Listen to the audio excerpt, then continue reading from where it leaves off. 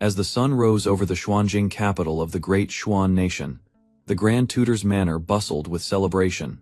Inside the lavish hall, nobles and courtesans offered drinks and praise to the aging Grand Tutor, honoring his decades of loyal service. Dozens of officials knelt in ceremonial order, bowing before him on his birthday. For over 50 years, he had cultivated wisdom, wielded power, and stood at the empire's peak. Though surrounded by reverence, his thoughts drifted elsewhere. Memories resurfaced decades of silent sacrifice, political games, and countless setbacks from humble beginnings. He had clawed his way upward, building a legacy from nothing.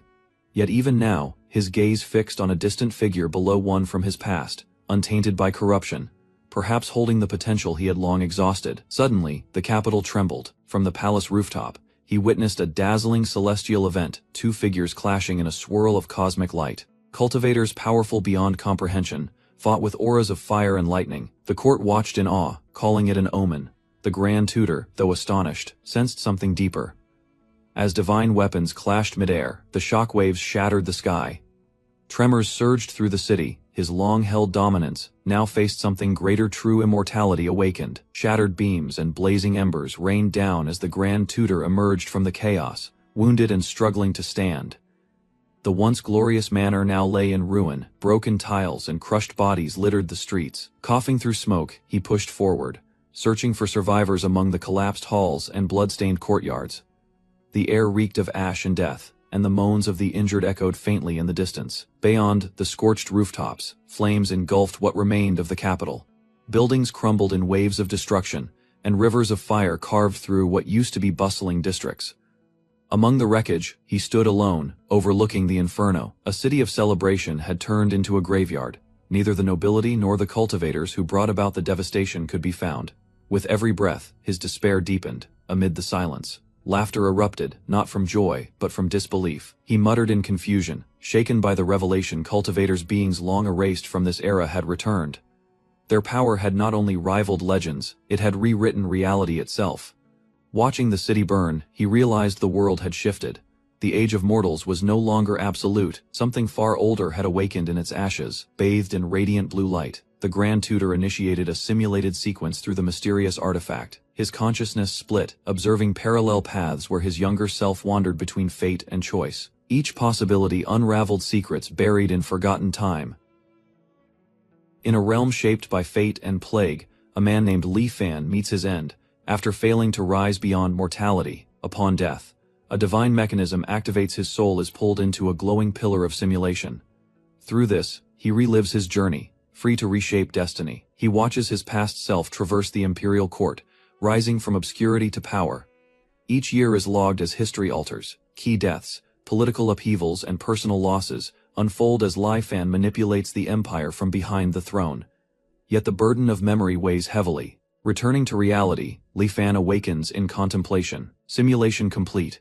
He is offered 4 paths: retain memories, keep cultivation, transfer another's memory, or accelerate the charging of his virtualization. Weighing each, he selects the most stable, accelerating his spiritual armor's recharge. With only 30% charge, his virtualization power, a life-saving mechanism, has preserved him through fatal trials. Having lived 3 lives and mentally aged beyond 160 years, he reflects on his limits. The more memories he carries, the greater the risk of collapse. Still, he resolves to use this life to seek true cultivation and uncover the origin of immortal secrets before time claims him once more. Following his return to the capital, Li Fan resumed a life of quiet cultivation, hiding his strength beneath a calm exterior. Time passed uneventfully until cosmic disturbances in the sky heralded the arrival of powerful new forces. Across the heavens, a golden vortex appeared, triggering fear and desire among the cultivators. An old monarch, sensing divine opportunity, claimed its power for himself. Unshaken, Li Fan prepared in silence. With strengthened resolve and newly tempered spirit energy, he pledged to confront the Tao Warden in 50 years. Meanwhile, his other self concealed in the world of politics grew in influence. With decades of accumulated wisdom, he began to steer history again. Over time, Li Fan embedded himself into noble circles, subtly supporting Prince Langyu. By manipulating events behind the scenes, he secured control over a faction loyal to his cause. When the emperor fell ill, his secret interventions began reshaping court politics. Alongside this, he built a quiet bond with a noblewoman, masking his identity even as their destinies aligned, behind veils of war, ambition, and cultivation. Li Fan's simulation unfolded with precision. Though unseen, he pulled every string necessary to bring his true self one step closer to the elusive truth of immortality. A lone cultivator descended from the skies, his white robes billowing, carrying the poise of one who had long mastered his path. Without warning, a coordinated ambush erupted. Modern soldiers, armed with glowing weapons, opened fire, but he stood unshaken. In the shadows, a second figure ignited with blazing power, flames swirling around him as he prepared a deadly strike. Despite being surrounded, the cultivator raised his weapon, an ancient relic tied to this realm's unique essence. Its glow flickered with power that could only be harnessed here. Explosive projectiles rained from above, yet he remained composed, unleashing his devastating Tao Art Fire Dragon's roar.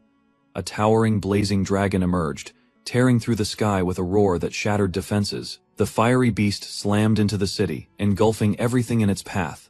Buildings crumbled, and fire consumed the battlefield. But as the smoke lifted, confusion struck. The attack, though massive, had failed to wipe out the resistance. Survivors stood among the ruins. The enemy had fortified themselves with mortal weapons and toxins that weakened immortal arts. As realization dawned, betrayal emerged. Someone had leaked their secret technique. Forced into retreat, the cultivators launched one final wave of destruction, vowing to uncover the traitor lurking within their ranks. The warning rang out. A deadly explosion erupted beneath Cao Yuhong's feet. Red energy bursts shattered the ground, scattering debris and blood in all directions. Amid the chaos, he and his ally narrowly evaded death, only to find themselves surrounded by armed enemies on all sides. Weapons drawn and formation locked. Wounded but defiant, Ku Hong struggled to stand. An enemy commander offered mercy if they surrendered, claiming orders from their grand tutor. Bloodied and breathing heavily, Ku Hong refused. He reached for his burning storage ring, entrusting its contents to his fallen comrade. Despite the encirclement, he clung to a last act of purpose. A golden dragon surged into the sky, blazing with spirit energy. The battlefield lit up as its radiant power ascended, transforming into a spiritual offering. At its peak, the dragon disintegrated, becoming one with a budding sacred tree. From its glow, a message was left behind, a record of Ku Hong's enlightenment, sacrifice, and the secrets entrusted to the next generation. Now, with Ku Hong's death confirmed, the battlefield paused. His legacy, etched in flame and spirit, ascended as his enemies debated whether to continue the fight or reckon with what he had left behind, both in life and memory. A lone cultivator hovered silently above the sky, invoking the ancient forces of life and death. With solemn focus, he declared the creation of his Tao Foundation, naming it Tao Yuan. At his command, a colossal energy formation emerged from the clouds below, radiating immense pressure. With his Tao set, he merged into the formation, initiating a brilliant explosion of light and spiritual force. In the next moment, the simulation ended. Li Fan returned to reality, suspended in a chamber of energy, eyes sharp with newfound clarity. The events he witnessed, Ku Hong's sacrifice, the rise of Tao Yuan, and the devastating power behind it left a lasting impression. Though the simulation failed, it provided valuable experience. He now understood what must change. Resolute, Li Fan recalculated his approach. With decades of preparation remaining, he planned a more precise path. This time, he would not confront but attempt persuasion. At the ruinous abyss, where mist surged like a waterfall in reverse, he arrived alone. Based on prior simulation data, this was his best chance. Descending the abyss, he uncovered a chilling truth carved into stone. The immortal Tao is dead. Li Fan stood in silence, aware that this message marked the beginning of something far greater. A massive spiritual cage sealed the sky, as an elder cultivator unleashed his full strength. With a shout, he drew on the energy of Tao Xuan and cut through the golden bindings using his immense Tao sword. The slash tore through the barrier, shattering it with overwhelming force. Suddenly, a new challenger appeared, armed with a dragon staff and brimming with fire energy. He activated his transformation technique, taking on the form of a blazing dragon. As the battle escalated, flames erupted across the battlefield. Reinforcements arrived, joining forces with Ku Hong. Their combined assault overwhelmed the enemy, causing a devastating explosion. One of the attackers, mortally wounded, realized his spiritual root had been destroyed. He had cultivated for decades, but his Tao was severed. The aftermath confirmed his death. The Tao sword rose into the sky, signaling the end of his path. His legacy returned to the heavens, and the field fell silent. Later, Li Fan approached the surviving immortals. He respectfully pleaded for the lives of his people, revealing himself as the voice heard during the chaos. Though met with skepticism, he explained his motives clearly. After consideration, the elder immortals agreed to listen, and Li Fan was invited to speak privately inside their hall. Li Fan sat before the elder immortal, discussing the possibility of mortals escaping the immortal forsaken land. He argued that a stronger cultivator might protect others through the formation, but the elder dismissed it as impossible. The immortal insisted that a mortal body could never survive the barrier, and questioned why Li Fan even wished to leave. The elder continued, stating that the land lacked spiritual energy, making cultivation unrealistic for mortals. Even if a mortal reached the threshold, it would still be beyond reach. Immortals and mortals remained fundamentally separated. Suddenly, an ominous force surged through the chamber. A red mist mortal miasma engulfed Li Fan's companion. He collapsed in agony. The elder stood calmly, claiming coexistence was impossible. Li Fan's trust began to crumble. A mysterious calamity reshaped the balance between mortals and immortals. Once cultivators stood as paragons of power, unchallenged in their command of mystical energy. However, a virulent plague emerged, its nature insidious. This illness, born by mortals, posed a fatal threat to immortals, corrupting their cultivation and threatening their lives. In fear, the immortal sects retreated, isolating themselves from the mortal world. Entire regions were left abandoned, and terrified cultivators expelled anyone suspected of being infected. Amid the chaos, a group of cultivators dared to act. They researched methods to suppress or cure the plague. Others devised the Immortal Migration Plan, a massive operation relocating mortals into fortified zones shielded by formations. Over time, children born within these shelters carried remnants of the plague in their blood. Although protected, they bore what was now called the immortal mortal miasma, a toxin that severely disrupted immortal cultivation. Generations later, this miasma solidified the separation between mortals and immortals. Legends warned of mortals reaching immortal lands again. An elder lamented his short lifespan and lack of breakthroughs. Desperation pushed him to investigate forgotten truths. Upon finding a battered warrior, he questioned how mortals had arrived in sacred lands. That survivor, bloodied but unbroken, held the last spark of mortal ambition. In the distant past, the cultivation world flourished with bustling cities, thriving sects, and advanced flying artifacts that enabled easy transport. Prosperity defined that era, with cultivators openly sharing knowledge and techniques. But this golden age ended abruptly.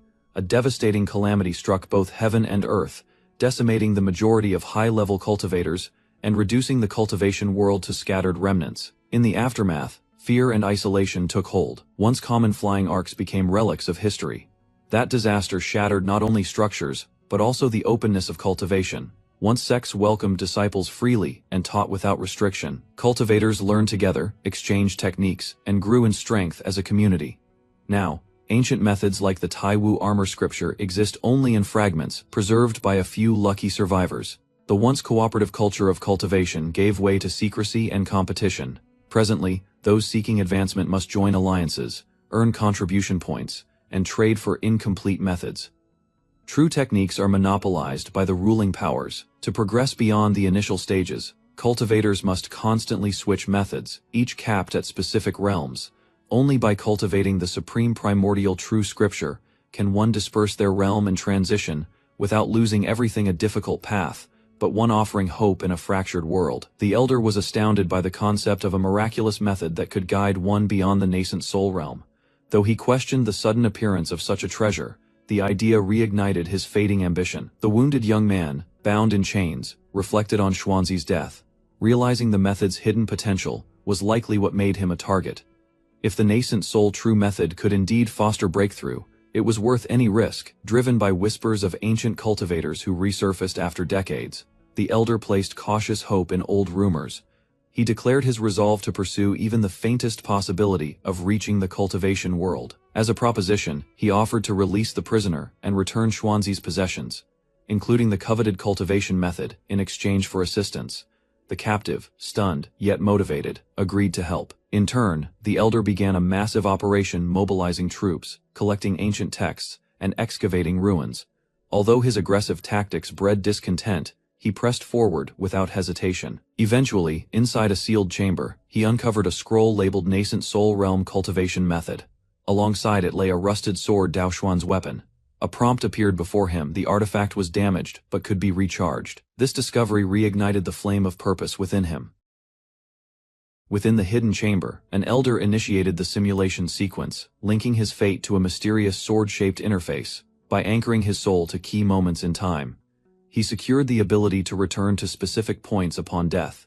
This setup allowed him to repeatedly refine his journey to immortality. Determined to cast off the burden of his mortal limitations, he prepared for one final end to reset the cycle. Elsewhere, a young man named Li Fan reawakened within the system's framework. He was granted the chance to retain a single item from his past life. Though many treasures lay before him, he chose the nascent soul cultivation manual, understanding its long-term value. The simulation confirmed his status, binding the cultivation method to his essence permanently. Li Fan assessed past failures, recalling his inability to stabilize the empire during his previous life. With new insight and a secured cultivation path, he aimed to rise earlier and more decisively in this iteration. The ancient text in his possession could shift the world's balance if nurtured from the start. Meanwhile, as the simulation progressed, the empire faced turmoil. An emperor's illness led to widespread unrest, treasure hunts, and excavations. Behind the scenes, Li Fan's influence gradually rewove the fabric of history. In the 23rd year of the Anchor timeline, the long-lost tomb of the Qi dynasty's first emperor, Yi Xing, was discovered. Within weeks, a path into the central burial chamber was excavated. After proper rites were performed, the main party ventured into the tomb, which stretched for hundreds of meters, its walls adorned with vivid murals. Despite the passage of centuries, the details remained perfectly preserved. Reaching the Grand Hall, they were met with an awe-inspiring scene, a chamber vast as a world, where clouds floated above a palace, illuminated by tens of thousands of pearls. No one could explain how the clouds still lingered after millennia. Invisible bridges spanned between floating mountain peaks, drawing admiration from all. The structure's surreal design revealed the presence of immortal craftsmanship. At the highest peak stood a humble thatched hut, deceptively ordinary at first glance. Closer inspection revealed that the roof was woven from golden threads. The leader ordered it opened, believing it to be the final resting place of Yi Xing. Inside, a tombstone declared him merely an outer disciple of the Taihang sect. Though his cultivation was unfinished, he was buried with great honor, suggesting a forgotten legacy tied to a vanished sect. A mysterious tomb unearthed days earlier had resulted in severe injuries and death when explorers encountered an unseen force guarding its depths. Even the most seasoned cultivators failed to penetrate the sealed gate. Urgently, the Grand Tutor ordered the use of immortal miasma to break it open. Amid the aftermath, a radiant surge revealed an ancient object hidden within the chamber. As light pulsed around it, the form of a flying ark emerged, proof of immortal technology once thought lost. Deep within the ruins, Quan Hong discovered an ancient tomb housing a long-lost legacy. A carved message on the wall detailed the tomb owner's fate, a powerful cultivator who had perished in the aftermath of a great calamity. From the scattered remains, he uncovered a wooden box containing remnants of a failed spiritual advancement. The cultivator's core had decayed due to the absence of spirit stones, leaving behind only relics and fragmented writings. Standing before the altar, Hong read the final words of Qin Xuan, who offered one of 4 cultivation treasures to anyone who honored the tomb. Despite the heavy spiritual seals, Hong broke through with immense effort, only to find the first treasure, a wondrous stone, had already lost its essence. Turning to the second artifact, he discovered ancient cultivation scrolls, still imbued with residual power. Shocked, Hong questioned how anyone could still be practicing techniques supposedly lost for millennia. The methods might have been reintroduced by powerful factions managing hidden archives. His search led to the third item, a training arc used to inspire talent. Frustration began to build as he realized how corrupted the cultivation world had become. Just as tensions peaked, 2 figures clashed overhead, igniting a new confrontation. Li Fan welcomed the cultivators, revealing an ancient prophecy passed down through his bloodline. According to his ancestors' dying words, 2 individuals from the east would arrive bearing signs of fate. This moment, once dismissed as legend, was now unfolding before his eyes, prompting him to offer a toast in celebration. Skepticism surfaced as the newcomers questioned the validity of a prediction spanning millennia. They doubted that any sect could possess foresight powerful enough to anticipate their arrival. Li Fan responded by mentioning the Taiyan sect, a once renowned group, famed for its profound mastery of deduction. He explained that his ancestor, despite joining the sect, had forsaken cultivation to focus on calculation and prophecy. When the Great Calamity forced mortal migration, the ancestor chose to stay behind with his clan, unwilling to leave. With a solid Qi condensation foundation, he had the strength to protect them. Li Fan then disclosed his purpose. The cultivators were the key foretold in ancient records, destined to unlock a path of escape. Moved by urgency, he intervened before they could destroy each other over a cultivation method. Now with a secret technique and artifact in hand, he invited them to witness the legacy for themselves. Suspicion arose as one brother accused the other of greed, hinting that a single core formation method should have been enough. Tension eased quickly, and he agreed to let the other investigate further. Together with Lai Fan, they proceeded deeper into the domain, unaware of what awaited them beyond the sealed passage. As they advanced into the cavern, they were halted by a sudden, ominous presence, the immortal mortal miasma. Aware of its danger, Li Fan emphasized the need for its deployment to protect the tomb's deepest secrets. Beyond the barrier, he revealed an ancient scroll, passed down through his bloodline. The item, a cultivation method called Thousand Mysteries Jade Cosmos, belonged to the nascent soul realm, a stage few had ever reached. Shocked by the discovery, the cultivator acknowledged its authenticity. Everything aligned with Lai Fan's earlier claims. While one cultivator admired the opportunity, the other, consumed by ambition, began to see Li Fan as an obstacle he could eliminate. Amid a tense assembly, two cultivators presented their case to an elder of the Tianshan sect. One of them, a mortal cultivator named Shu Muyun, proposed a daring method to repair a long-dormant spiritual vessel, the Tianshan Ark. Despite doubts from other sect members, he convinced them by offering deep insights into the Ark's formation structure and repair potential. The elder agreed, recognizing their desperation and ambition. Using a vast formation, the elder activated the Ark's core, radiating ancient spiritual power. Shu Muyun observed and explained that the Ark could shift between three forms, expanding its size and strength through refined energy control. The cultivators watched in awe as it transformed into its largest state, ready for long-distance travel. However, its full activation required one final calibration. Only the elder could perform it. Once completed, the Ark shimmered with brilliance, awaiting its mission. Afterward, the elder, freed from isolation after thousands of years, offered his gratitude and prepared a gift. With mutual respect, the trio parted. The two cultivators soon resumed their journey, flying toward the outer regions. As they crossed mountains and barriers, their conversation revealed their hunger for longevity, ready to confront unknown dangers in pursuit of immortality. Descending rapidly, the cultivator plunged into the misty abyss without hesitation. As he vanished into the dense clouds of the chasm, a new realm was revealed, a colossal void wrapped in fog and silence. Meanwhile, high above, the elder watched through the portal, reminiscing on the passage of countless years and what he had left behind. With nothing holding him back, he activated the Tianshan Ark, preparing for his own journey. The Ark, surrounded by powerful spiritual energy, pierced through the layers of mist, creating ripples that distorted space itself. Navigating through the swirling forces, it reached the inner depths. The elder, enduring immense pressure, began the critical calibration of the Ark systems, channeling ancient formations and powering the divine core. Time passed as the Ark stabilized and broke through.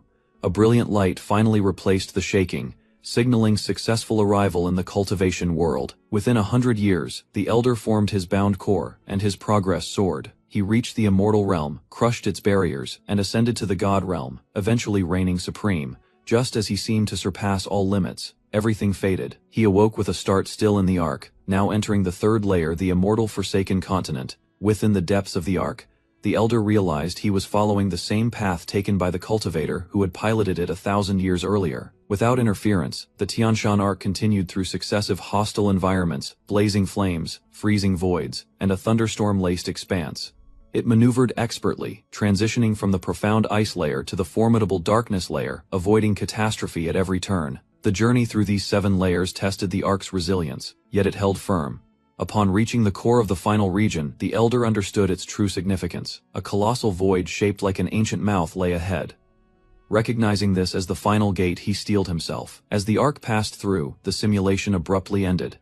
The elder awoke in a cold sweat, no longer aboard the vessel, but back in his chamber. Li Fan, now conscious, pieced together what had occurred.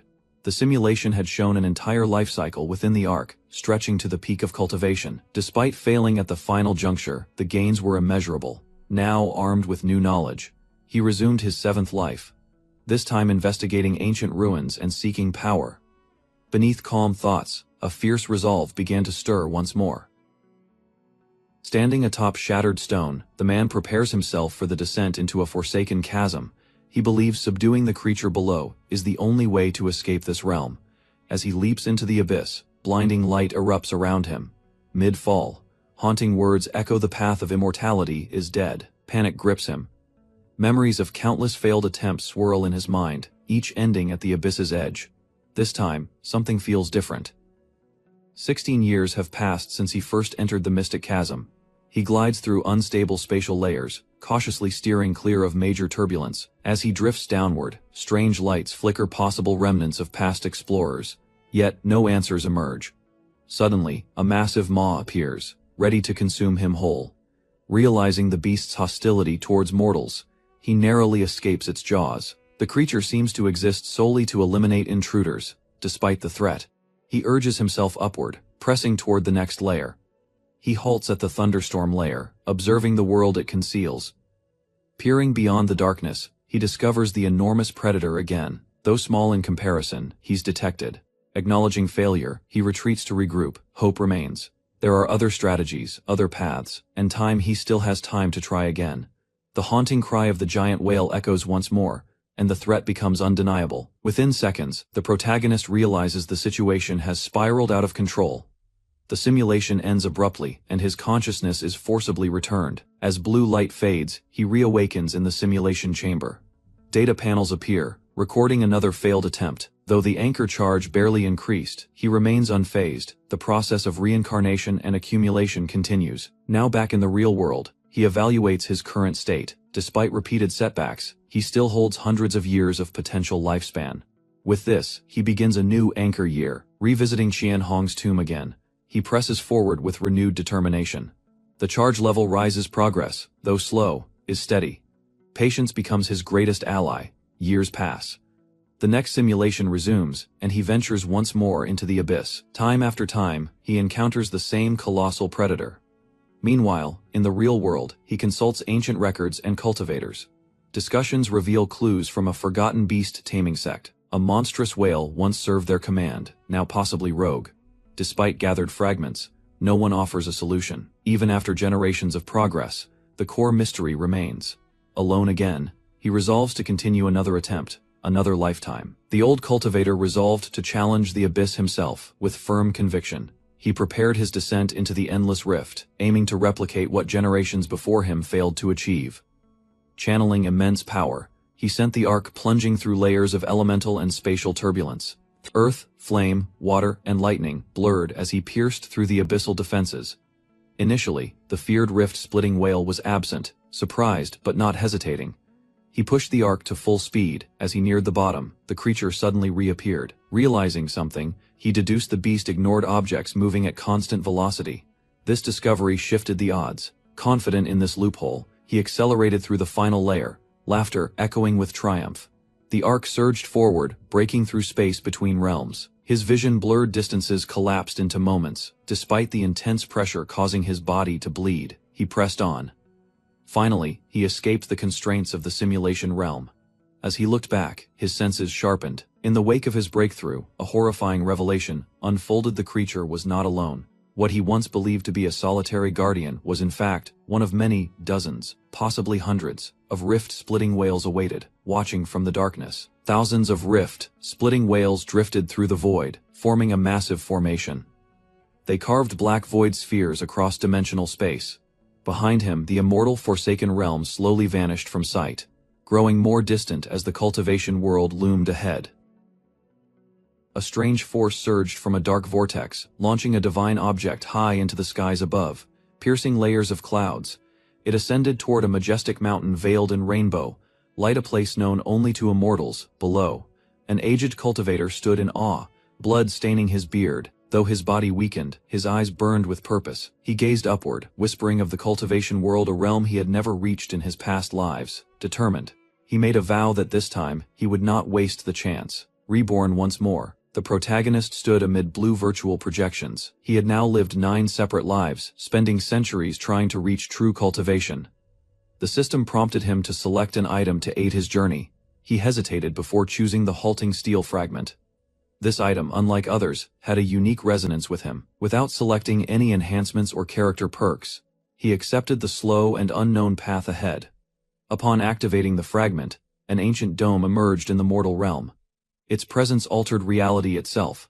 Gradually, it absorbed sunlight and began to vanish. A hidden tomb was uncovered, sealed by a powerful force.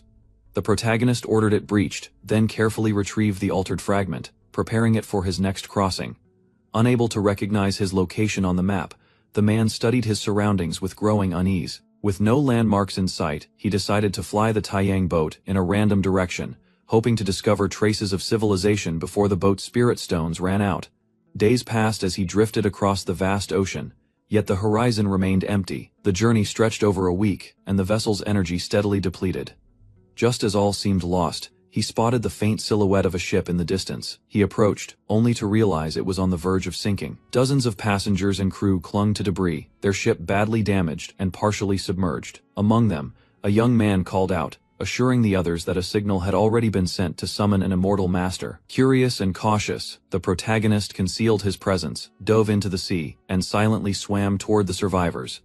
Blending into the desperate crowd, he feigned weakness. Moments later, a mysterious figure appeared in the sky, wrapped in layers of glowing energy. The atmosphere turned tense and quiet. Even the protagonist was overwhelmed by the pressure. From that moment, he instinctively knew this was no ordinary encounter. After surviving a chaotic sea voyage, the ship under mysterious power sped across the waters in silence. An immortal master stood at the bow, wordless, while passengers watched in uncertainty. Hours passed until lights flickered in the distance, revealing a well-developed island with fleets docked along its shores. Yet the ship didn't approach the main harbor. Instead, it circled to a hidden, less populated rear of the island, navigating into a quiet karst cave before finally stopping. In silence, cloaked men boarded and led the passengers ashore without acknowledging the immortal master. They were brought to a large hall and told they would rest for the night and be registered the next day. While some grumbled about the journey, others questioned the value of seeking cultivation in such a harsh place. Among them, a man quietly observed the discontent. He suspected the others were displaced cultivators from lands already consumed by immortal decline, hinting that their arrival was part of something far more complex. With a sudden grip, Li Fan clasps the boy's shoulder, his stern eyes locking onto him without a word. The boy stumbles back, caught off guard as blood spills from his mouth. Frozen by Li Fan's imposing stare, he murmurs a shaky farewell and quickly retreats, heart pounding with fear. As daylight breaks, a man addresses the assembled group, instructing them about their new identities. He emphasizes secrecy, telling them they are now refugees from a fallen island and must act accordingly. They follow a hidden path beneath the rocks, led by silent, black-cloaked escorts. Despite their numbers, the city's residents pay them little attention, accustomed to the flow of displaced people. After weaving through the alleys, they arrive at a grand manor's entrance guarded by servants. Zone servant briefly disappears, then returns to guide them through a side door, into a bustling hall. Their turn arrives, and Steward Zhao steps forward to begin the intake process. He questions their origins, prompting clarification that these were once elite families. The guide confirms their wealth and former status before the collapse. Describing their plight, the man explains that war stripped them of protection. Natural disaster soon followed, devastating the Western Islands entirely. Sympathetic, Zhao agrees to report their case. Inside the hall, Li Fan stands before Steward Zhao. Calmly, Li Fan replies, stating his identity without hesitation. A talisman is placed before him. Zhao instructs him to apply a drop of blood to activate it. Li Fan pierces his finger and presses it to the talisman. Zhao hands it over, instructing him to keep it safe. It serves as his identification on the island. The steward explains its importance in daily affairs, while others wonder why Li Fan receives such treatment. Sunday Zhang then guides the group to a new location instead of returning underground. Outside, he confirms the documents are ready and suggests they finalize the contract. Without a word, Li Fan takes out the agreement, bearing the name Su Chanju. Glowing patterns emerge as Li Fan prepares to bind the contract. The man in charge complains about dealing with exiled people, calling it a burden, mentions benefits. Registered residents can claim grain monthly using their spirit talisman. Curious, Li Fan asks how one can begin cultivating. The official explains that returning exiles carry miasma and must purify their bodies first. He adds that Luli Island's spirit pool can cleanse them, but it only opens once every 3 years. Li Fan listens as the group discusses the long wait for the spirit pool's next opening. He questions alternative methods. The official describes a risky cultivation path using pills. With a dark smile, the man reveals a final option: volunteering as a test subject. Among a line of newcomers, Lai Fan listened as grim details about the island's purpose surfaced. Each year, infected cultivators turned to mortals as vessels in cruel purification rituals. While the process offered results, survival was rare. Most died in agony, their minds shattered before their bodies failed. Some ancient bloodlines, the elders claimed, were immune to miasma, yet their rarity made them myths more than options. Others were warned to reconsider their ambitions. Cultivation demanded more than spirit, it demanded sacrifice. Lai Fan questioned the concealment of such danger. He was told the truth came only after there was no turning back. As the crowd dispersed, Li Fan quietly left, fists clenched. He followed a guide through dense housing districts, where structures barely stood apart. His room was small and sparse, yet it marked the start of something larger. Relieved to avoid conflict, he remained alert. Most residents lacked vision, with only Sunday Jiangxu showing potential. Resolving to cleanse his body, Li Fan plotted to use forbidden relics from the Tianshu Ark.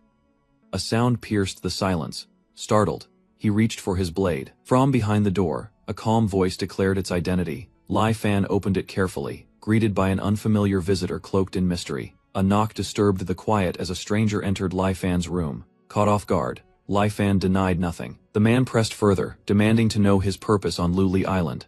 Li Fan remained calm, but the visitor claimed to have seen him emerge unnaturally from underwater. He explained he grew suspicious after recalling that moment, confirming Li Fan's abnormal presence. Feigning politeness, the intruder continued provoking him.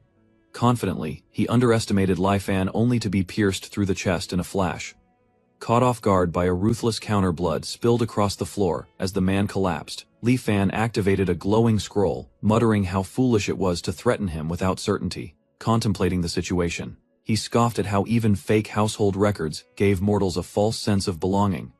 The man he killed had been a refugee using a stolen identity. Tampering with the registry must have come at a cost, which suggested importance. Just as expected, only one minor investigator came by later. Over the next few days, Li Fan explored more of Luli Island. He uncovered details of its formation, its control by immortal clans. The island was once a prison colony turned refuge, where powerful forces still fought in secret beneath its surface.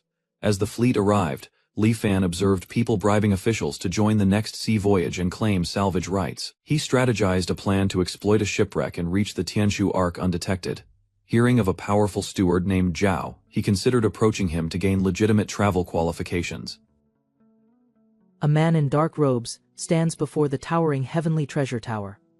Contemplating the difficulty of approaching Steward Zhao without valid cause, he moves through the plaza, sensing the coldness from the men in black. The man begins to suspect that something significant has changed. The shift in behavior could be the result of hidden tensions. After some investigation, he learns that Su Changyu, seeking to rid himself of a deadly miasma, signed a contract to become a test subject. Su Changyu's swift action to sever ties with both the departed realm and Tianbao Lu creates more distance between himself and others. The man realizes that Su Changyu's actions, although swift and harsh, were necessary. He hadn't expected such a drastic turn. The man reflects on Su Changyu's desperation to save his brother, understanding why he acted hastily. Despite Su Changyu's rashness, the man feels sympathy. If not for his brother's illness, perhaps a better path could have been taken. Determined, the man refuses to give up on the situation, despite the cold reactions from others. Back at the heavenly treasure tower, the man, wary of the changes, prepares for another encounter. The man in black approaches him with hostility, questioning his return. Tension fills the air as the man calmly responds, challenging the way they treat guests. He is led inside by a figure in black, his resolve unshaken despite the growing hostility. Inside, the man is led to a guest room where a maid serves tea. As he drinks, he contemplates the situation. The tea is good, but it offers little comfort. The tension continues to rise, and the man feels a storm brewing around him. Every step inside the tower brings him closer to something unknown, but he is determined to see this through. Elder Sunday explains the rarity of the day pale dragon, a plant found on Dayu Island, which has been decimated. The plant grows in volcanic craters and is now extremely rare, only found in a few spots. The man compliments Elder Sunday, acknowledging his wisdom. He expresses his gratitude for the elder's insight and the valuable information shared. Elder Sunday, however, clarifies that the matters concerning Dayu Island are finished. There are no further entanglements between them, and he asks why the man has come. The man clarifies that he's here for a business deal. but Elder Sunday seems skeptical.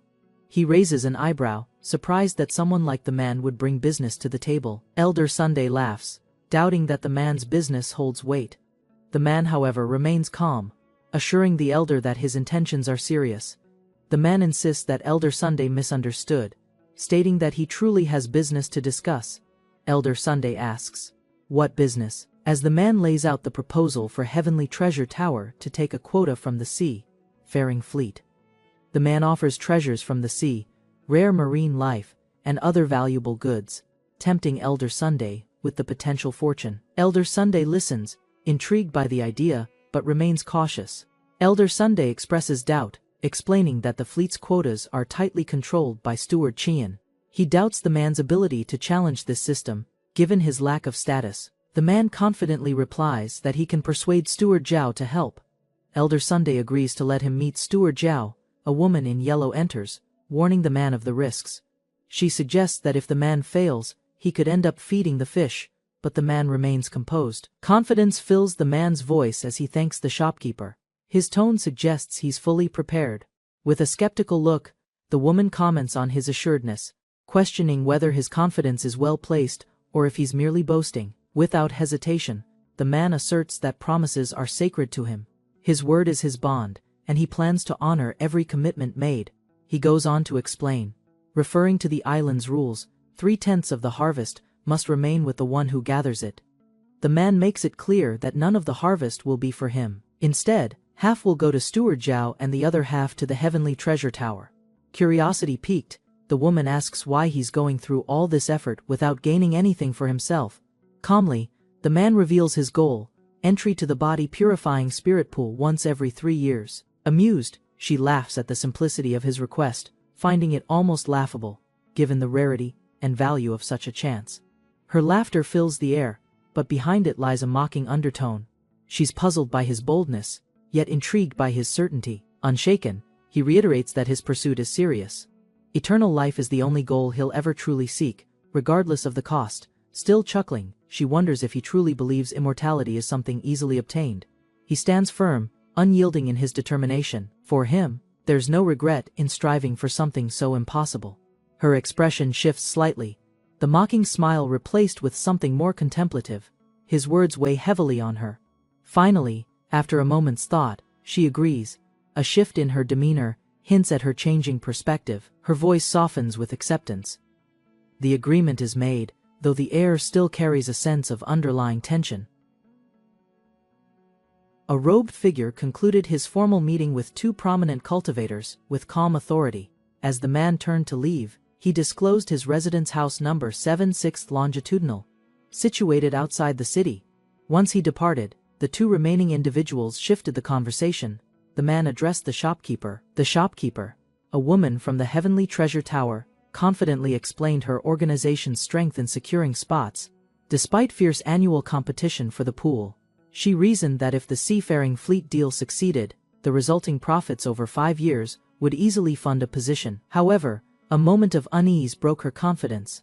She admitted that the departing man's gaze had unsettled her deeply, casting doubt over what had seemed like a simple transaction. Returning from town, the robed man purchased medicinal herbs and the profound, yellow heart, cleansing incantation. Though the body-purifying spirit pool was 2 years away, he believed he might purge the deadly miasma through natural talent alone. Days passed in quiet cultivation, yet before his next meeting, grim news arrived: Su Changyu had perished. His corpse returned as a grotesque, unrecognizable mess of flesh. The horror of it caused even the bravest onlookers to shudder. Lacking burial funds, his fellow migrants from the departed realm planned a sea burial, moved by pity. Xiao Heng, devastated, wept bitterly beside the grave. The onlooker, while not overwhelmed, sighed at the tragedy. Su Changyu had never been exceptional, yet he was persistent and far from average. Among the newcomers, he had the most promise. Despite his potential, he failed the first hurdle, unable to purify the miasma, and dying without fanfare. The realization struck hard. As the man resumed cultivating the incantation, he came to understand his own limitations. The journey to immortality. The man entered secluded cultivation, practicing the heart, cleansing incantation daily.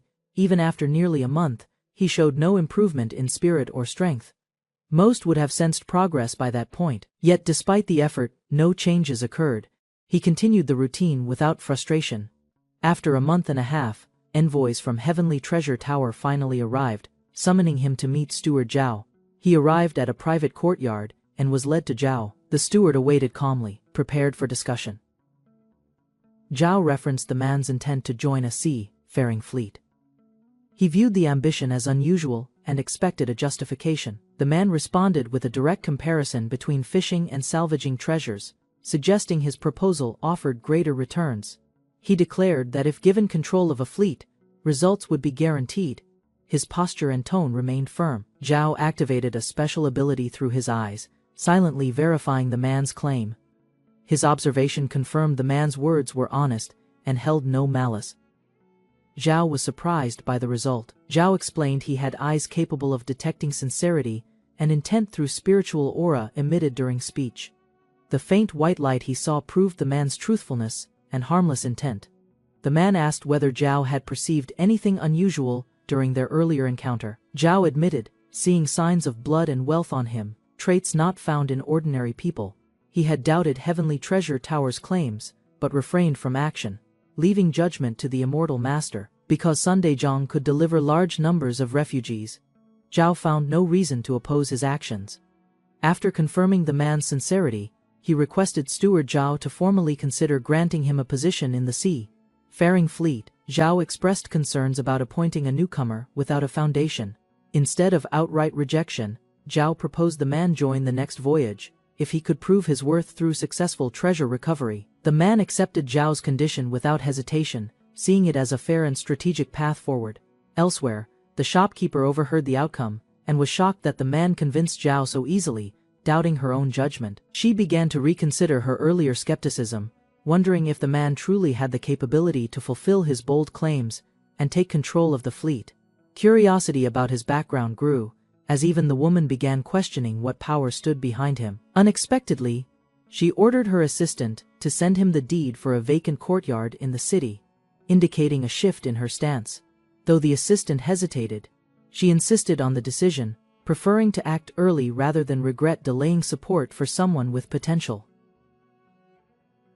After receiving the deed from Sundayjong's envoy, the man moved into a serene courtyard on East Street, refusing the services of the maids from Heavenly Treasure Tower.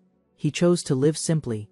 Days passed as he quietly waited for the fleet's next voyage. Unexpectedly, a powerful windstorm swept through the city.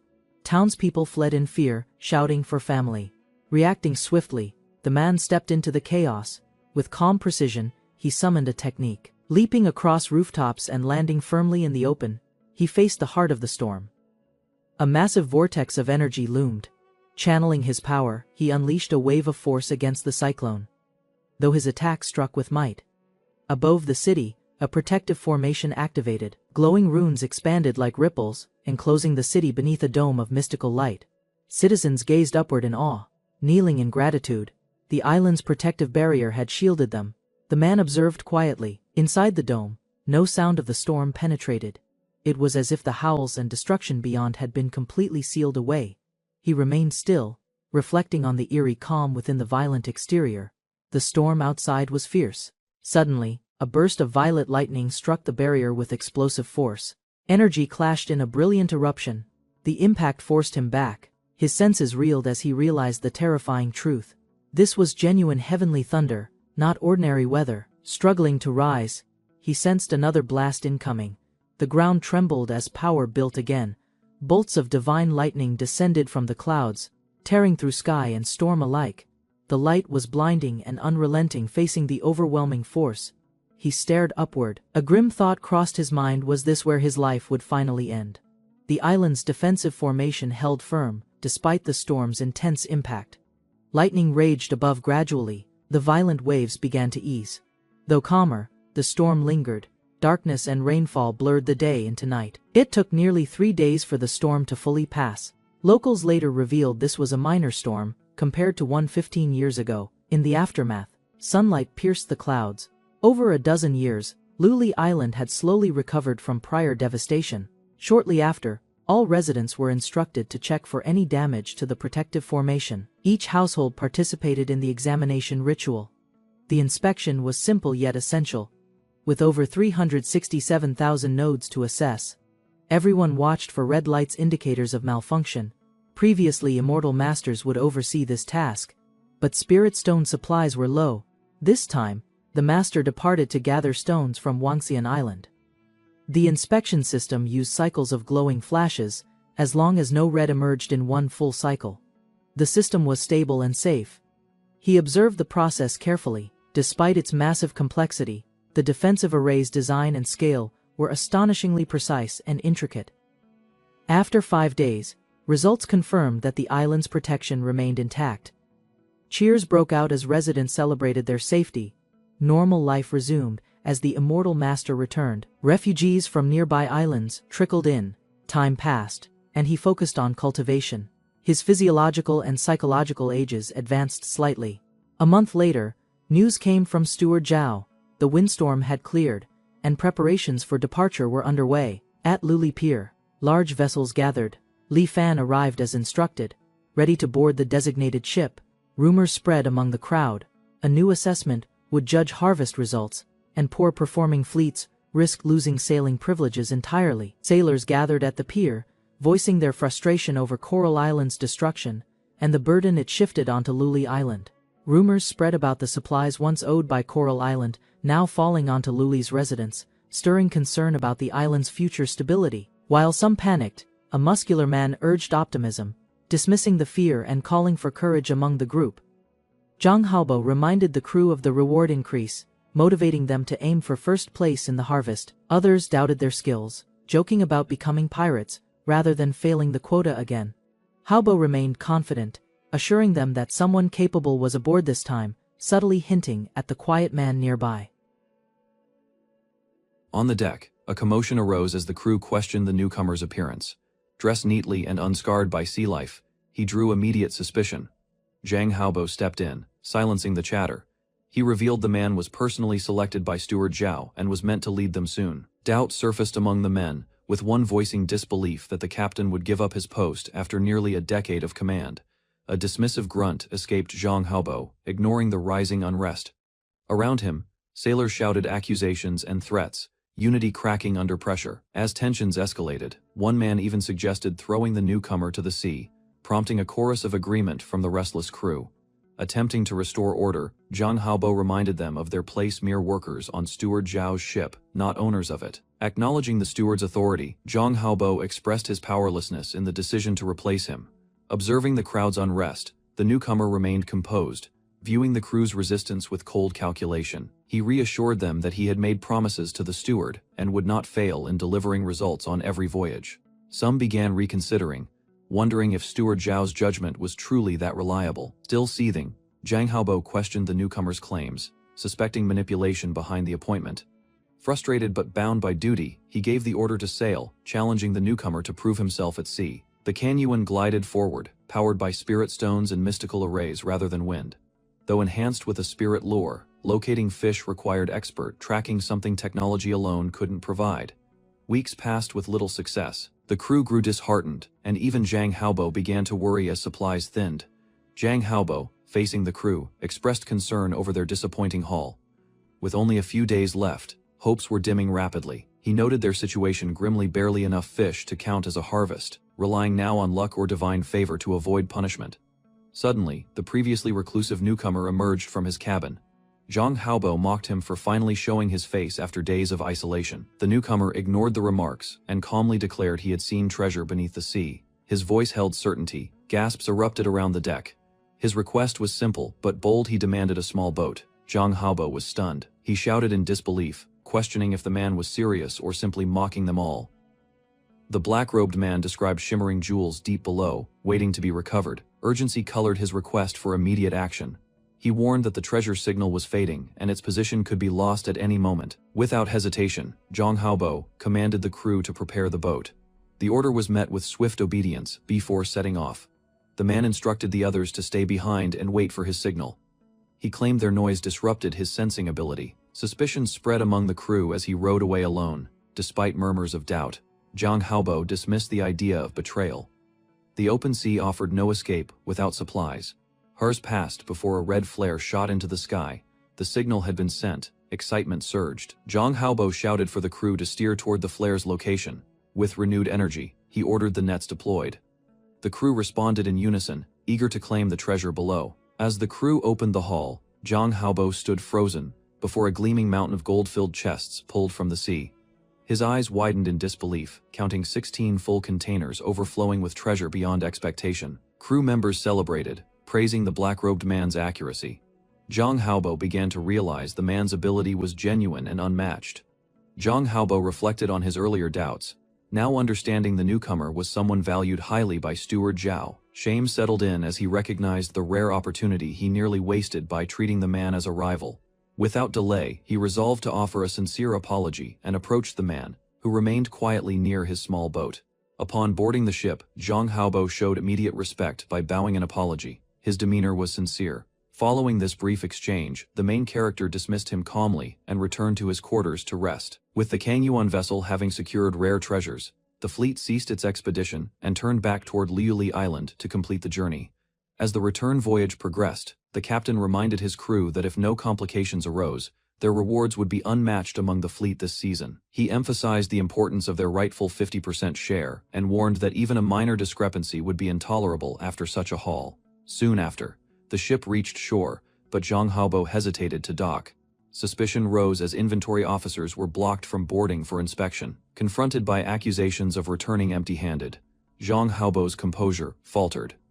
The lead character's men began to voice their anger, but he ordered restraint, signaling that arguments were unnecessary with those beneath notice. From the shadows, a figure observed Zhang Haobo, acknowledging his strength and leadership.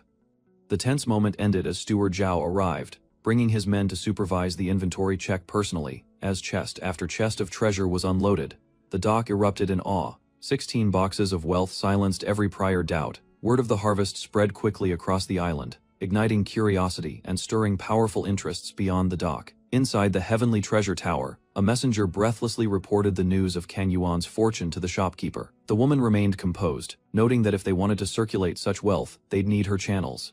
Then, she caught a familiar name. Realizing the ship involved housed someone named Li Fan, she recalled the certainty of a man who once predicted a treasure-filled voyage. Following the news of the Kang Yuan's haul, the masked woman swiftly issued orders. A meal invitation was to be arranged. As her subordinate rushed off, she stood still, pondering over a curious realization. She considered the possibility that he might possess the rare spirit-channeling treasure physique, a constitution enabling one to detect treasure instinctively. Her thoughts drifted to her elder sister, the grand shopkeeper, who possessed this same legendary physique. Over a dozen years, her sister's unique gift transformed the tower into a formidable commercial hub across the entire Conch Sea. Now faced with the emergence of another individual with this rare trait, she couldn't help but reflect on the implications it held for their power and influence. Shortly after, the protagonist sat with Steward Zhao at a quiet table. Zhao expressed his astonishment at the 16 chests obtained on a single voyage. Though acknowledging the achievement, the protagonist voiced caution, explaining that luck may not strike twice in the same way again. Nonetheless, Zhao declared the single harvest sufficient to operate an entirely separate fleet, solidifying the value of their success. Their conversation deepened, as Zhao brought up the protagonist's efforts to secure a position in the body-purifying spirit pool. The young cultivator admitted that treasures alone weren't enough, only the pursuit of immortality. Zhao then recounted a past encounter with an immortal master, explaining how his age had become a barrier despite a fortunate opportunity years ago. Zhao revealed that his aging body riddled with miasma left him unable to pursue the path of cultivation. He explained that spots in the spirit pool were limited and assigned based on contribution points. Though he had no influence over the quota, Zhao reassured him that with the Heavenly Treasure Tower's vast resources, the masked woman smiled with confidence, her plan to invite the mysterious man already in motion. Her curiosity had grown into deep interest. At that moment, a messenger approached Li Fan, delivering the woman's invitation on behalf of the Heavenly Treasure Tower. As he neared the entrance, guards flanked the path while the woman awaited his arrival with elegance, preparing to reveal her identity and intentions. Introducing herself formally, she stated her position as the shopkeeper of the tower's Liuli Island branch, and welcomed him with poise. Li Fan responded simply with his name. The woman found his brief reply unimpressive and challenged his humility. She brought up the rare spirit-channeling treasure physique, suggesting he might possess it, though he denied knowing anything about it. She pressed further, demanding to know how he could locate treasure so easily. He claimed it was merely instinct. Unconvinced, she criticized his vague answer, then reluctantly explained the concept of the rare physique in more detail. Her revelation prompted Lai Fan to inquire about her sister, the one who shared this special trait. A woman suddenly recoiled in shock, confronted by the presence of a man whose appearance stirred confusion. A younger girl nearby quickly dismissed the possibility, pointing out that the man looked nothing like them and bore no resemblance at all. The man casually claimed curiosity as his only motive, prompting the woman to respond with reluctant acceptance. The man began recounting his childhood. He and his sister were orphans from Yellen Island in the north. Their days were shaped by hardship, surviving with little certainty, and depending solely on each other as they struggled to find their next meal. Unexpectedly, his sister began discovering rare treasures, and over time, she built up the Heavenly Treasure Tower on her own. He explained that 3 years ago, his sister had been chosen by an immortal master and taken away for cultivation. In the beginning, she sent updates through messengers, but eventually all communication ceased. He revealed a final letter that contained warnings and a secret code, suggesting she faced danger, and instructed him not to seek her out. Speculation arose that her special physique might have drawn trouble, possibly making her valuable in ways only immortals could detect. Despite possessing a unique aura, no immortal had ever taken her condition seriously, leaving her unprotected. Although her fate was uncertain, the brother resolved to protect the heavenly treasure tower she had built with such effort. He admitted his own lack of talent and revealed that missteps in business had caused financial loss and dissatisfaction among the elders. Under pressure from the veterans, and fearing internal revolt, he relocated from Yellen Island to Luluyu Island as a precaution. Though his plan had been to lay low, he unexpectedly encountered another individual with a spirit-channeling treasure physique, changing everything. The woman made a direct appeal, confident that with the man's help, she could reclaim full control over the heavenly treasure tower. He calmly dismissed the proposal, stating that his only focus was achieving immortality. She reminded him of the agreement they had: if he helped secure the fleet, he would gain entry to the body-purifying spirit pool. With a confident smile, she assured him that the heavenly treasure tower honored every promise, especially in business dealings. However, she hesitated, causing the man to demand clarification, sensing a hidden condition behind her reassurances. She warned that entering the spirit pool was only the first step. Eliminating miasma from the body was a complex process with low success. Continuing her explanation, she emphasized how limited the odds were, and the risk increased sharply with age. She asked whether, given his age, he was fully confident in his ability to succeed under such conditions. Despite the warning, he remained resolute. Even a 50% chance was enough to try, and she revealed a special elixir, the dust-leaving pill, which could improve those odds significantly. He raised a logical concern: if the pill was that effective. She responded firmly, explaining that not everyone sought immortality. He acknowledged her different path, quietly accepting that each person had their own goals in life. With hope in her eyes, she asked if this meant he would agree to assist her in the matter. He didn't give a definitive answer immediately, saying he would return with a decision in 3 days. She accepted the delay and watched him leave. Alone again, she quietly wished that placing her trust in him had not been a mistake. Following his investigation, the man confirmed that Yin Yugen had no knowledge of the dust-leaving pill's true effects. An agreement was reached. He would assist her in retrieving valuable items before the spirit pool opened, and in return, as a gesture of trust, she handed over the title deed to Tinju Tower. Without delay, he took ownership and relocated to the tower. During his stay, he successfully completed 3 major voyages, each time returning with abundant treasure and earning a fleet quota for the Heavenly Treasure Tower. Each expedition brought back overflowing wealth, elevating his reputation and stabilizing the tower's status on the island. He continued to follow the fleet's activities, and within a year, brought profits equivalent to 5 years' worth. Despite his external achievements, he remained committed to cultivation, focusing on the heart-cleansing incantation during spare moments. Unexpectedly, his progress accelerated, and the cultivation's charge rate increased from 6 to 15%, twice as fast as before. Seeing clear growth in both physiological and psychological limits, he quietly prepared for the spirit pool.